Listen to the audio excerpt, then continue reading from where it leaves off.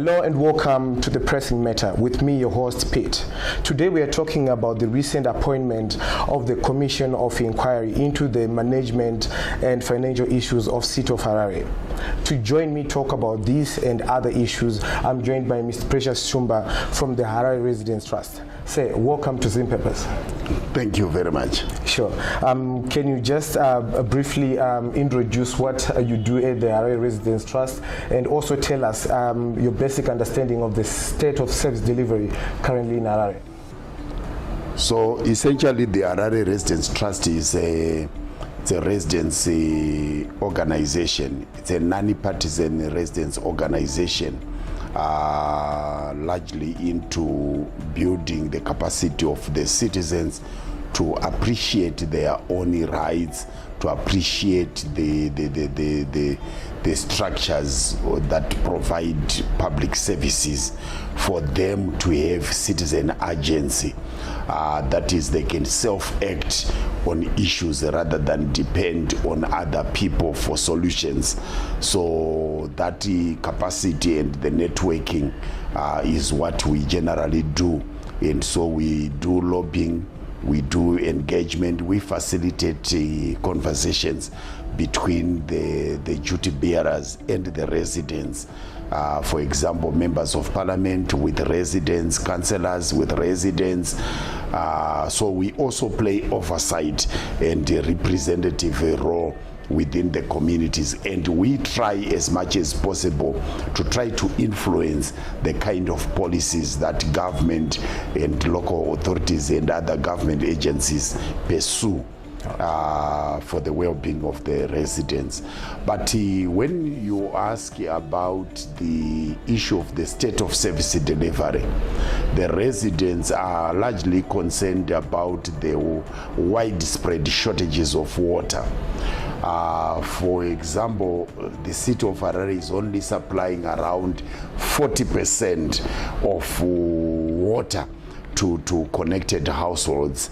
This has meant that 60% of the people are getting water either from the community bores, they get them from private water traders, or they get water in some instances from shallow wells, and they are largely unprotected, and this is a major concern.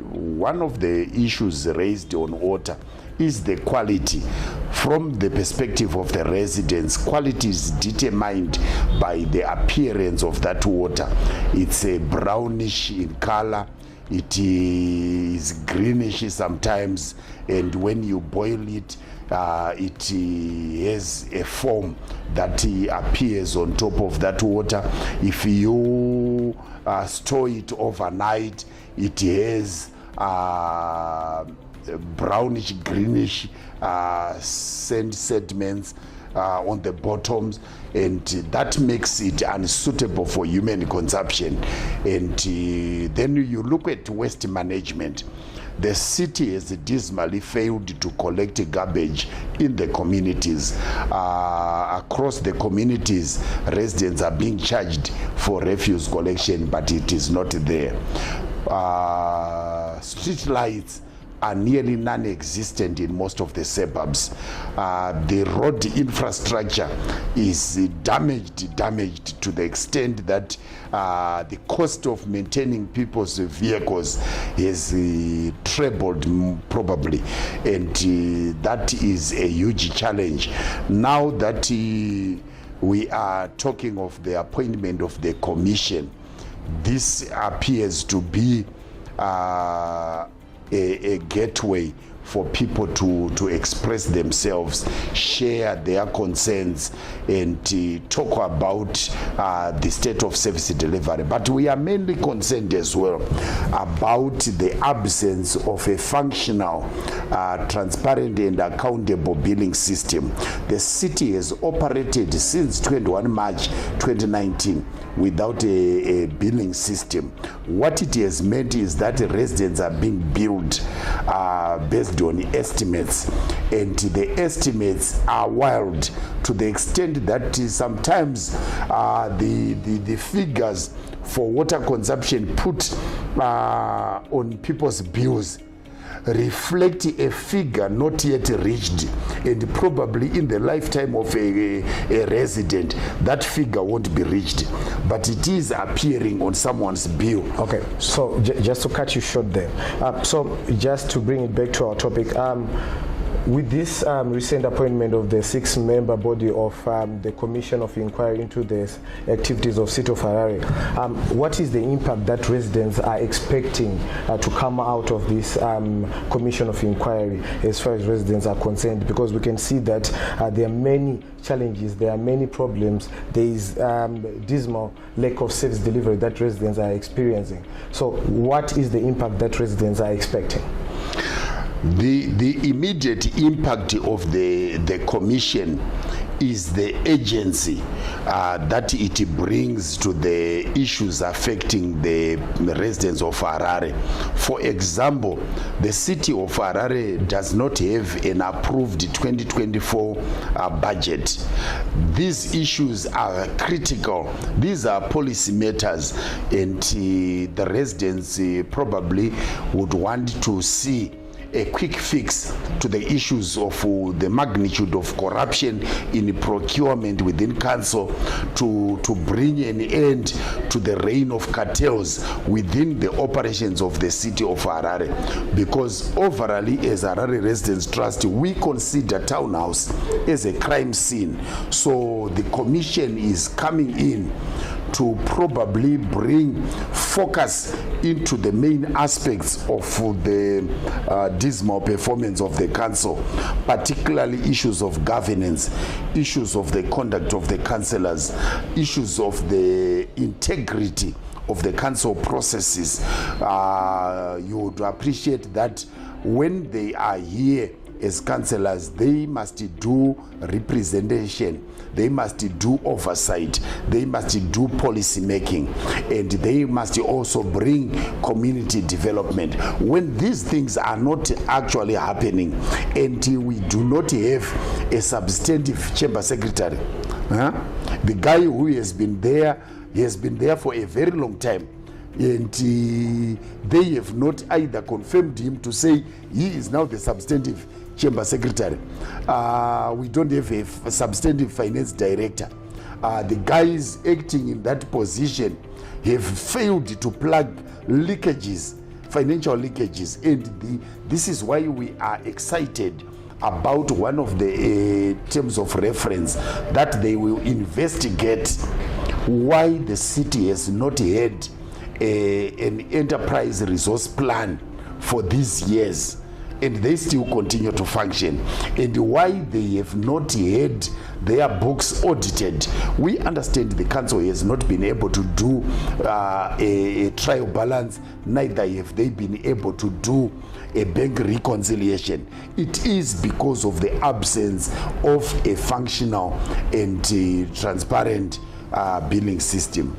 All right, whilst we're there, I'm sure you know some of these members that were appointed into this Commission of Inquiry, and as residents, you have affirmed your confidence in their leadership. So can you just tell us maybe some of the individuals which were put in this commission that we have confidence in as the residents, of course, yeah?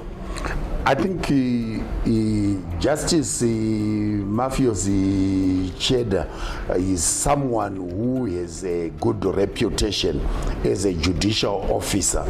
That alone gives us hope that through the hearings, the visitations, the interviews that they will conduct, they are going to produce a good report that brings to the attention of the president the critical issues that have to be addressed.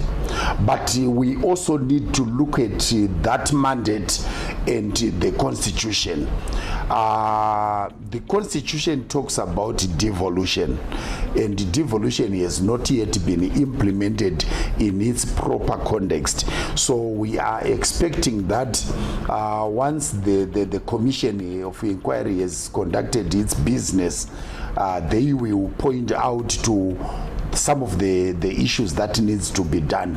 But sometimes we do not expect to wait for the 6 months.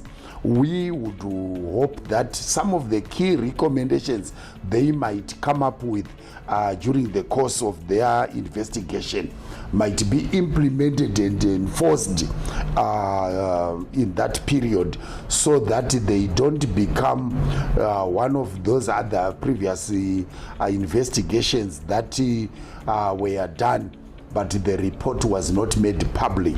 This report, we expect it to be made public for people to appreciate how their council has functioned up to date. All right. You mentioned a very important subject. You said that City of Harare townhouse, to be particular, has become a crime scene, and according to residents, it is a crime scene because of the corrupt activities that are happening there. And I also remember recently the mayor was saying that City of Harare management was fighting either the councillors or him as the mayor as onto the billing, on acquiring the ERP system because they wanted to do their corrupt activities.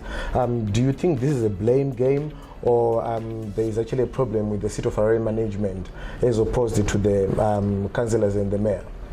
Under normal circumstances, when there is that magnitude of incompetence, the expectation would be that everyone in top management must be fired from their positions. Then they must clear themselves before they are restored to their positions, because these questions arise out of necessity. The mayor is raising these issues as the chief policymaker, and because he does not have executive authority, he is forced to come and negotiate with the people. He must play an oversight role, and they are looking at him as a ceremonial figure who comes and go without much impact on their stay, on their tenure as the executive. So the executive in Harare and all over the place in the 90 local authorities, they have more power than the elected officials. What it basically implies is that they can get away with anything as long as the Urban Councils Act is the principal act for our local authorities. The mayor is not blaming. The mayor is highlighting a critical fact about the governance and administration of our local authorities. The councillors in their respective committees come up with the recommendations and the resolutions. Those resolutions are not immediately implemented because they are handed over to the town clerk. The town clerk delegates the directors and managers within the council hierarchy. As the accounting officer, we believe that the town clerk might have maybe been compromised by a lot of the officials who are incompetent, but he is failing to whip them into line. And that is where you hear, this is the context in which you hear the mayor. He is frustrated because he knows in terms of the law, there is a limit to what he can do in his oversight role, because when they make resolutions, they hand them over to the town clerk as the accounting officer. The accounting officer deals with the top executive. The top executive delegates their other officials within their hierarchies, expecting implementation up to the communities. But when this does not happen, the blame always falls on the policymakers to say, council, when we talk of the council, we are referring to the councillors and their executives as a combined force, and this is not happening. So the failure is around poor coordination, weak human capital, and weak governance systems. And there is another challenge. The reporting structures, the town clerk and the executives can go to the permanent secretary in the Ministry of Local Government, and they can skip the mayor, and they can go there, have meetings, and get other instructions or directives. And when the councillors want to play their oversight, sometimes these officials would be saying there is something pending at the ministry. And this dual reporting structure creates a lot of loopholes which the incompetent officials are exploiting for their advantage. But this is not to say the mayor is 100% right. What we feel is happening from observations is that sometimes they do trade-offs. The managers and the mayor and the councillors, when they are talking about issues, they sometimes negotiate to say, if you approve this one, we will also approve this one for you. And so these trade-offs have created a cartel that has weakened the ability of the council to respond to the immediate needs affecting the people. That has weakened the capacity of the council to play oversight on each other, because they have previously engaged in corrupt deals. So they do trade-offs, like if one is arrested, the police do everything, Zach does everything, and they go to court. These guys who are suspended can gang up outside and begin to say, guys, are you seeing that we have been removed from the feeding trough? We must go back there and cooperate with each other. What do? They start becoming hostile witnesses when matters are brought to the courts. And a hostile witness, their evidence is usually discarded. The result is that everyone is acquitted, not guilty, and they are brought back into the council. When they come back with a vengeance. This is why you would find that there is a crisis in council right now. The crime scene image that I highlighted is a result of the trade-offs and the groups that were created when others were outside and another group was inside. So when the other group that was outside came back, they are coming back to say, Maimbo Jgatisipo, so it's our time. And the councillors are now saying, where do what time now what Zoka? So it's our time. So they begin now to compromise on a lot of issues. So some decisions are implemented before a council resolution.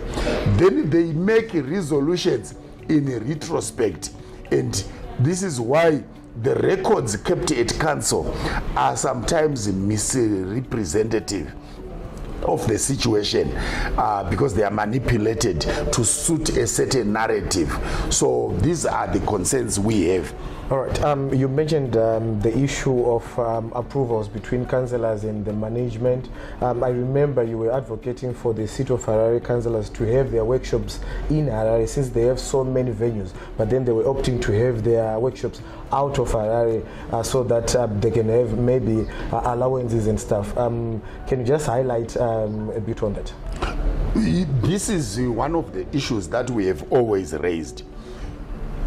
The councillors are not like full-time workers in the city of Harare. They are policy makers. If you read the Urban Councils Act, it states that these meetings should have been held after 4:30 on a Thursday. That was done as a matter of recognition that the councillors are workers elsewhere. So after 4:30, most people would be going home. So that's when the civics duty kicked in and they held their meetings. But now, because you are having the majority of the councillors not employed ever, they are desperate for opportunities. So they are called policymakers. And now what do policymakers do? They determine the direction of the institution. And so the councillors want money for maybe their campaigns, their wards, or their sustenance.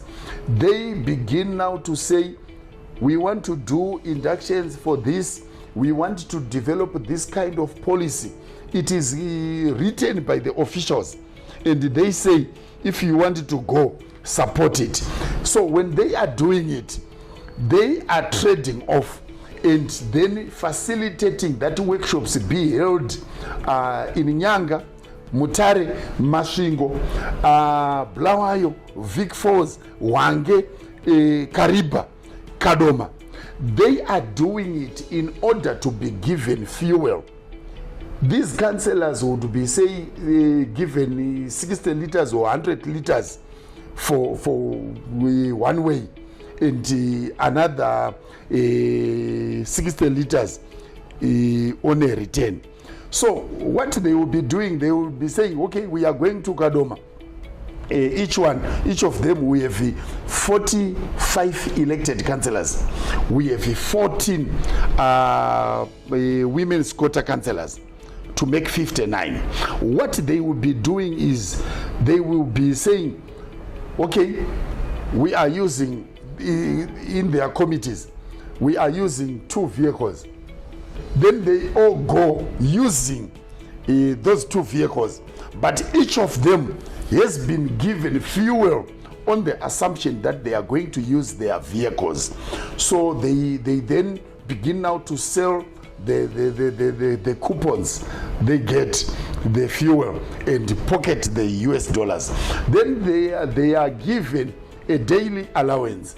They are given in cash sometimes, and sometimes they are given inflated figures.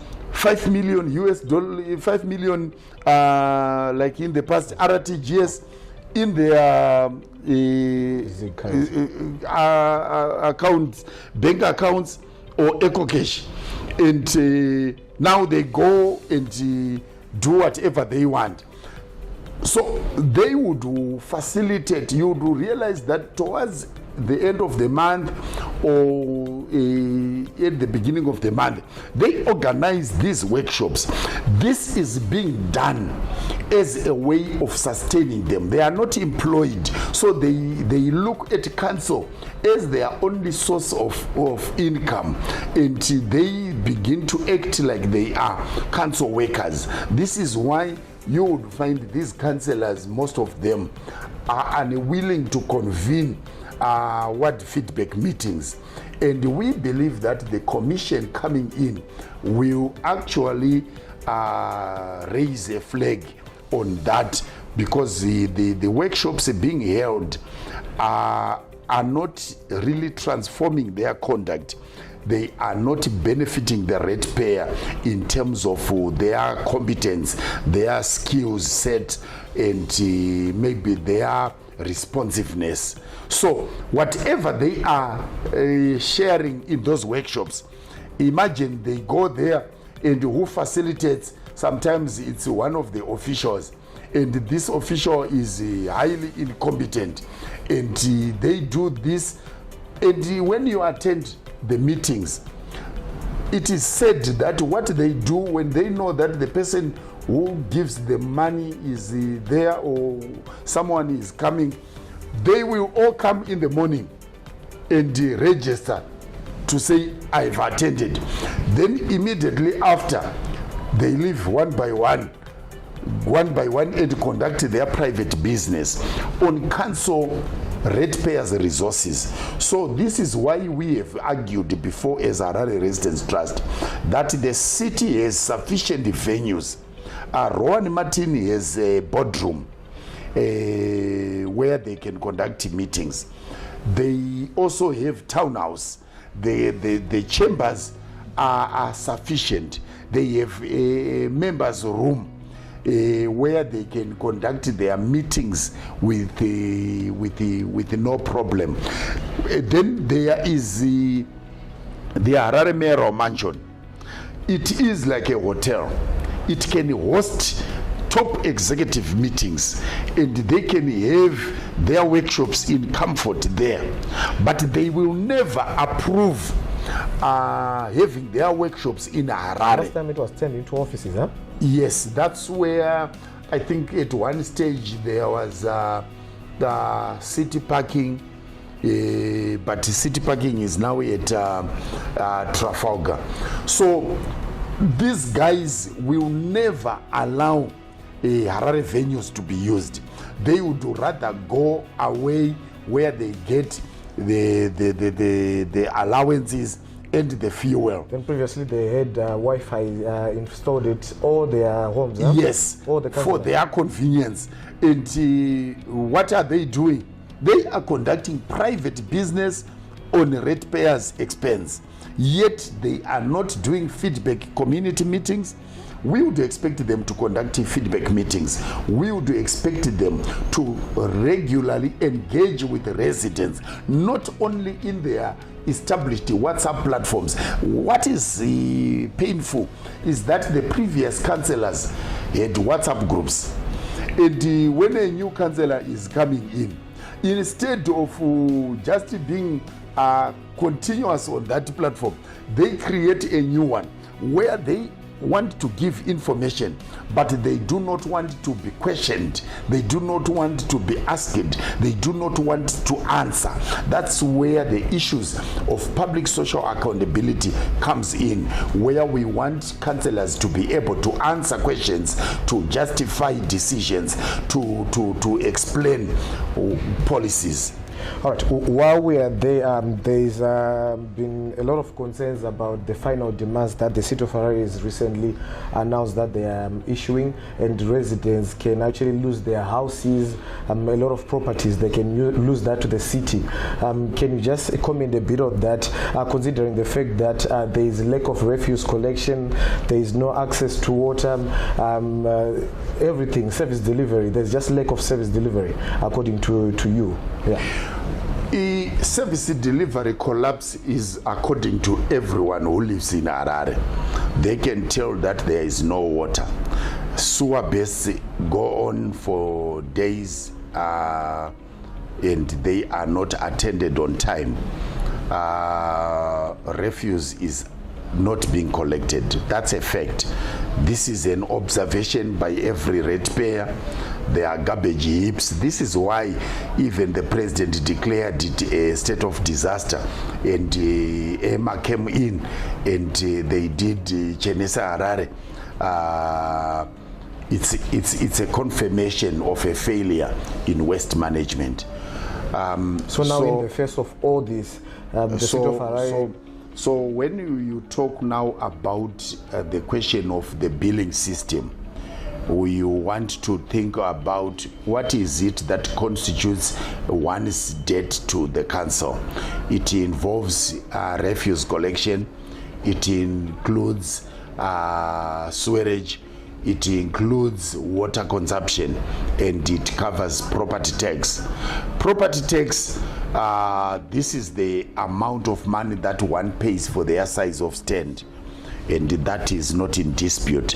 But what is contested is the rating of those properties by the council. But the council, on all their bills, they must not include the waste management figures on the people's bills. They must not include the waste management figures on the residents' bills. So when you are looking at them, for example, we were in Budiriro. We held meetings, Budiriro, Kwadzana, dzivarasekwa, and last week we were in Mabvuku and Tafara. One of the major observations is that the residents are calculating their figures, and nearly 75% of the amounts put on their bills are inflated. What it basically means is the council must subtract 75% of the amounts owed, and they must collect probably around 25%, because that is the actual figure that is owed. So as a Harare Residents Trust, we are educating residents to say, when you receive those final demands, do not panic. The reason why the city has now put an advert requesting residents to update their information is because the BIQ system, the previous enterprise resource plan, had all the information about the properties in Harare. And now, when they failed to negotiate, the city of Harare said they were terminating BIQ on 21 March 2019. Then they terminated the deal. The owners of that platform, Group View, then disconnected the city of Harare. What it meant was all the data on the bills and everything was shut down, meaning the city of Harare is trying to be clever using these manipulative tactics to try to intimidate the people.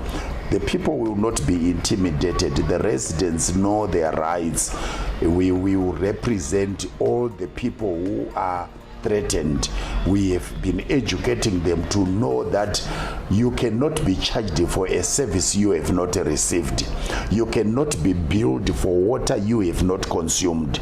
So the city of Harare needs to be engaging the residents in a more professional and progressive manner, where they request the information they want as a way of trying to re-establish the status of people's bills, because they don't know. The reality is that the city of Harare does not know how much they are owed. They do not know the number of properties that they control. They do not have a land database to say which land belongs to them, how much is remaining. They don't have that. A lot of council assets have been sold and there is no record. So we are hoping that yes, they are talking of these summons, final demands, but that is all a way of trying to arm twist the residents. As a way, the Harare Residents Trust only urges ratepayers to pay a minimum of $10 up to around $30 depending on where you live. But in most high density areas, we would expect ratepayers to pay between $10 to $15. That's enough. And if we were to say all those households pay every month, the challenges we are currently experiencing would be a thing of the past. Why is it that the city of Harare appears to struggle on their finances? One, they have a very weak debt management system. Number two, the city is good at paying out huge amounts of money to contractors who are not delivering. For example, they paid this company to do the biogas digester in Mbare, about $500,000. This company was paid, but this company did not deliver. The Mbare biogas digester is now like a bush. It's abandoned, and the ratepayers paid for that. It was funded partly by the European Union, and the city of Harare put around 250,000.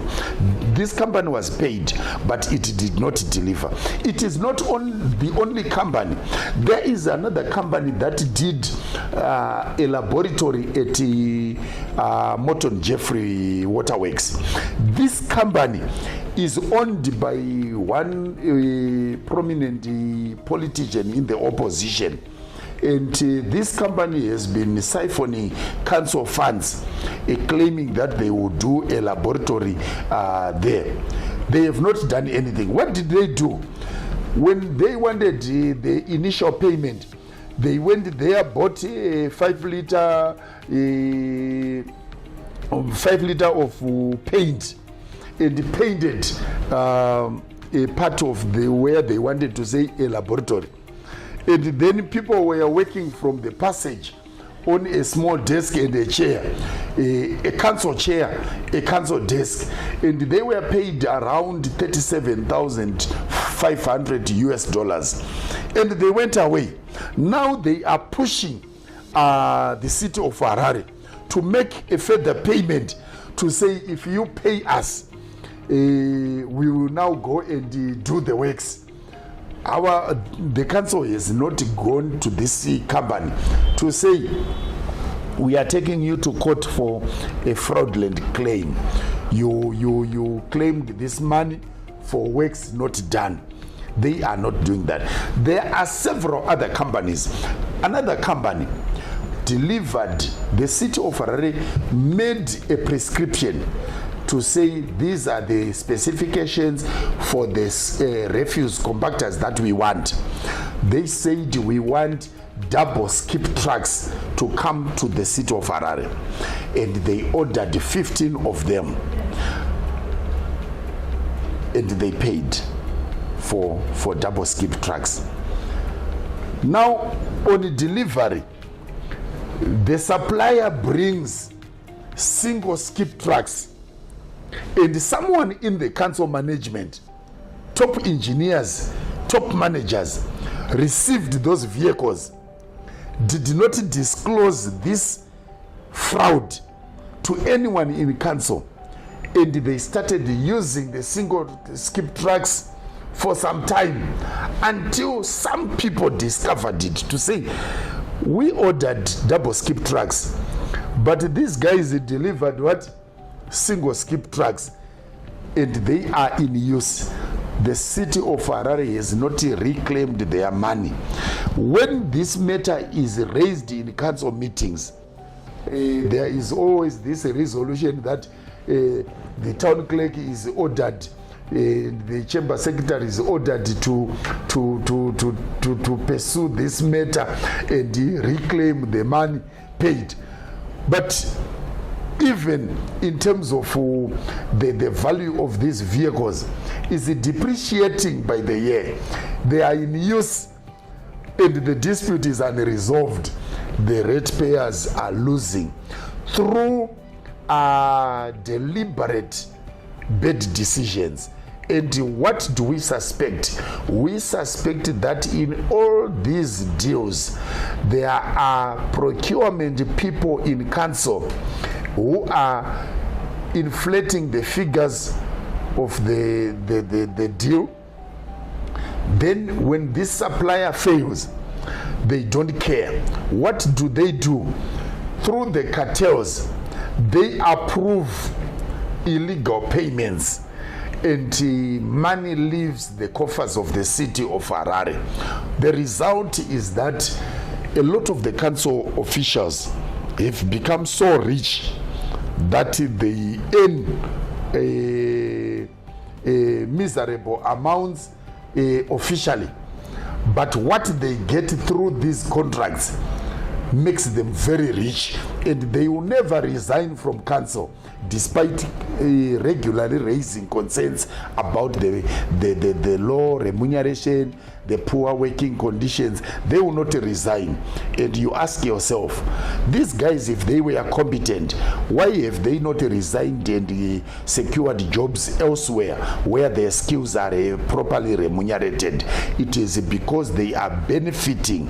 Wachishandisa this concept yechiishona yekuti mbudzi inodyira payakasungirirwa. They are thieves disguised as professionals, and we believe that the commission will have to dig deeper into their operations, into their conduct, into how they have been evaluated before. This is really sad, and I must say, so it seems the residents have really lost their trust into the city of Harare management, councils, and the top leadership. So what is your plea to the local government as roundup? To the local government, what is your plea to the new commission of inquiry? What is your plea as residents so that some of these issues can be resolved at the city of Harare?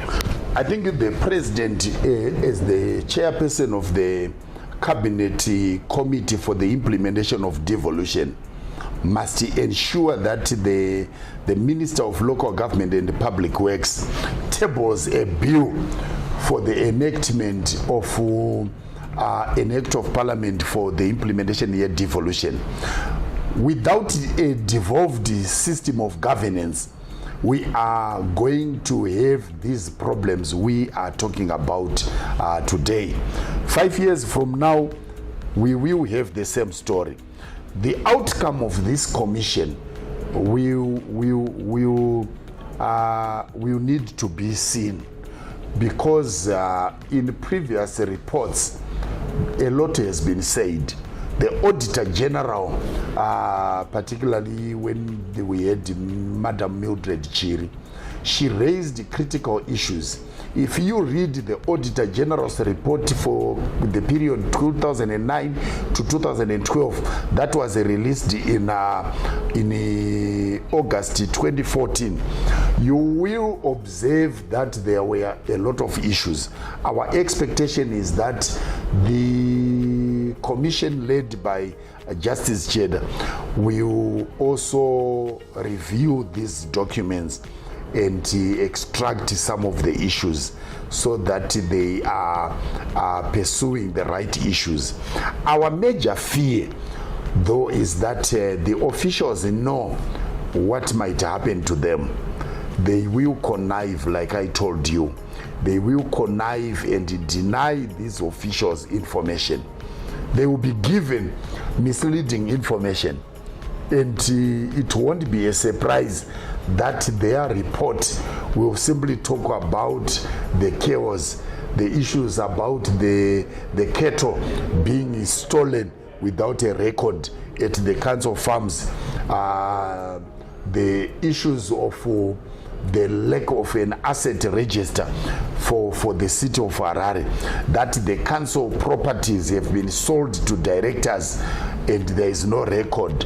A lot of the council vehicles have disappeared and they cannot be traced. So we are appealing to the commission to be as transparent and accountable as possible, to engage the workers, to engage some of the directors in council, to engage residents, business people, and some of the leaseholders. People with leases running with the city of Harare have to be engaged. Like we are aware that in Mbare, there is a cartel being run by officials in the Harare Municipal Police, in connivance with some officials in the traffic department. They are running this cartel for the past probably 12 years, and they even refuse to be transferred. Whenever they are up for transfer from that area, some of the senior managers will protect them. So our appeal is that they must put an end to the reign of cartels. The strategic business units, especially when you talk of city parking, Rufaro marketing, Harare quarry, only I think City Parking has done well in their performance, but we would want more scrutiny of Harare Quarry. We would want more scrutiny of how this valuable asset is not being utilized to the maximum. Why is it that the city has to buy quarry and yet they have their own asset? And we would want to know the contribution of these companies, their actual revenues, and the percentage of the remittances that they give to the city of Harare, because we believe that the city has pretended to be broke when in reality their priorities show that they are busy stripping the assets of the council. So it's very sad. City Parking did the car park at Rufaro Stadium, but we are waiting to see when the city of Harare will also give City Park control of Mbare Musika, because Mbare Musika is a hive of activity, but it's run by cartels, run through the Harare Municipal Police, and people are pocketing money. Imagine, we have information that a lot of the officials run around $500 per week, and they have built mansions in the northern suburbs. We thought this was for the executives, but these are grade 10, grade 8, grade 9 officials running their cartels from there and controlling everyone in the council, because they now have the money. If they want decisions to be done in their favor, they simply know how to bribe and pay their way to stay in positions where they can corruptly harvest ratepayers' funds. And that's unfortunate, and we believe the commission will actually review a lot of issues that we have not known. Okay, so this as this new commission tries to sort out this mess at the city of Harare, as we round up, just one word to the residents, so that they can know that they are represented, they are well represented by this residents association, because we've seen over the years that most of these residents bodies have been doing a lot more than the city of Harare itself, more than the councillors themselves. They've been organizing themselves and taking ownership of their own communities, doing roads, trying to put water. So yeah, you've been doing a lot. So, but what's your last words? Yeah, I think the residents must take this opportunity to share their concerns and make recommendations so that we have lasting solutions. It is important to cooperate with this commission, give them information if they have it, and they must also play their part. We want residents who are very responsible in their financial obligations. Pay your bills, particularly your property tax, but do not pay for any service that has not been rendered. Thank you so much, Mr. Shumba, for joining me today. Thank you very much. It has been Zim Papers Digital. For these and other conversations, keep logged on.